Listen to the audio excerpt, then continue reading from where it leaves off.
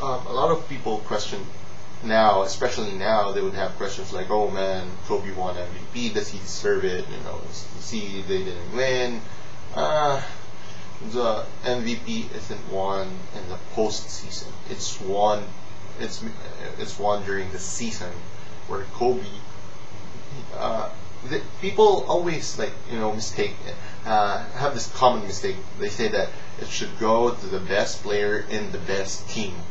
So if it's supposed to go to the best player in the best team, it should be KG. He's the best player in the best team in the league. It's that simple. But take it literally. Most valuable player. Value. Take KG off and Boston is still good. Take Kobe off. Oh, I don't know this. So yeah, you can say CP3. Yeah, okay. CP3, you're our MVP because you took a mediocre team. But let's put it this way. I'm a Kobe fan. I'm a big time Kobe fan.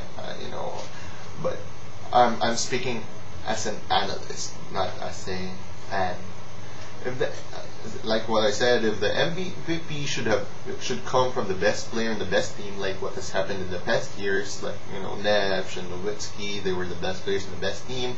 This year's MVP should be KG. Discussions about LeBron because his team was okay, it wasn't good.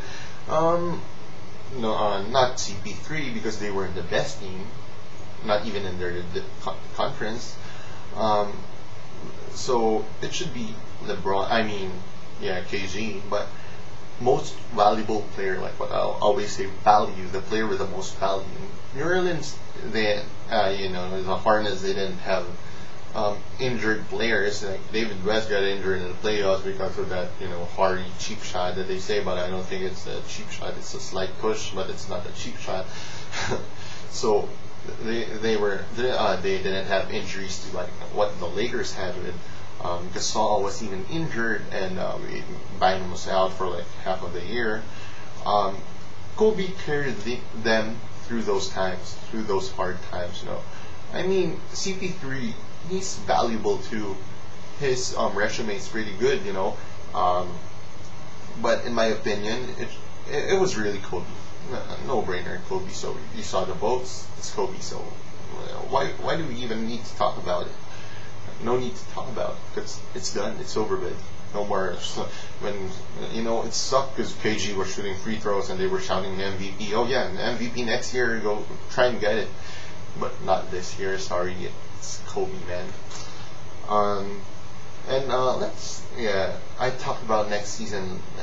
I'm saying that it's going to be interesting. I think the West would still be the better division. The better conference. The East is boring. It's like being the AL and the NL. For me, the National League in baseball is boring, and the AL is the better. AL is the West. NL is the the boring one, the boring team. The boring league. So next year should be interesting. I know it's too early. The off season hasn't even started yet, but I think it will be another Lakers and Celtics in the finals with other teams like improving, but it's gonna be another Lakers Celtics, and that time my Lakers will win. I'm 100% sure about that.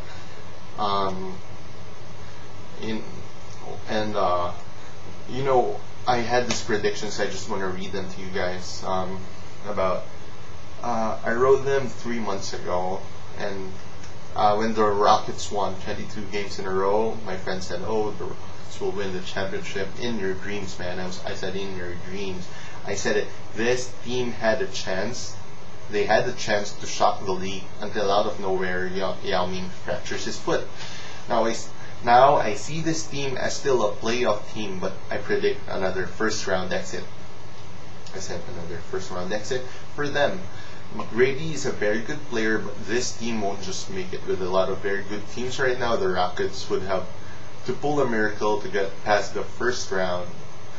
This offseason might be a busy one for the Rockets. They would have to think if the combination of Yao and T-Mac would be enough to cut it, or do they need to make moves and acquire other pieces while letting go of the current ones that they have.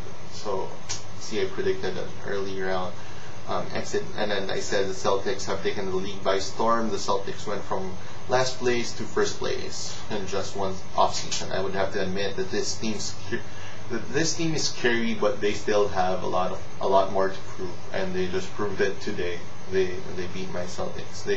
My Lakers. They didn't just beat them; they killed them today. Oh my God, I don't even want to talk about it. So, but they lost, they lost games last year that were like head scratchers. They lost to Golden State, Toronto, Charlotte, and they lost to Cleveland twice. So, they're a very good team, but they're an old team. Like, what will happen next year? I think they won't have. I'm like sure that they won't have Sam Cassell or PJ Brown, or maybe Cassell would be back, but I don't know about Brown. So it's going to be interesting. The Lakers are younger, and there are a lot of young teams in the league, so it's going to be interesting. The Lakers, the reason, I was a Lakers fan since birth. Actually, yeah, I wasn't even a Bulls fan, so the Lakers, they're very interesting because you have a young and talented and upcoming center in Bynum. You have a very talented power forward in Gasol. You have an all-star caliber small forward in Odom, but Odom showed signs of inconsistency in the playoffs. But I'll take Odom on my team any day of the week. You have that guy, what's his name, Kobe Bryant, and I think the best closer. But they defended him well. Kudos to the Celtics.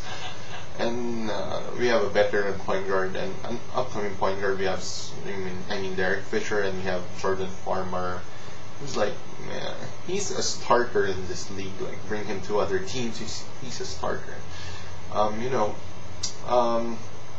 in all, this is one of the most exciting and competitive seasons in the NBA. For the West at least, and we should be looking forward to another Celtics and Lakers rematch. In the years to come, a few more of those, and I hope my Lakers win it next time. So this is JR Panlado. I'll update my blog soon, and hopefully you guys enjoyed it. If you have comments, I'll take your comments, positive, negative. Any criticism is good. So any comment. So thank you. I hope you enjoyed it, and have a good day.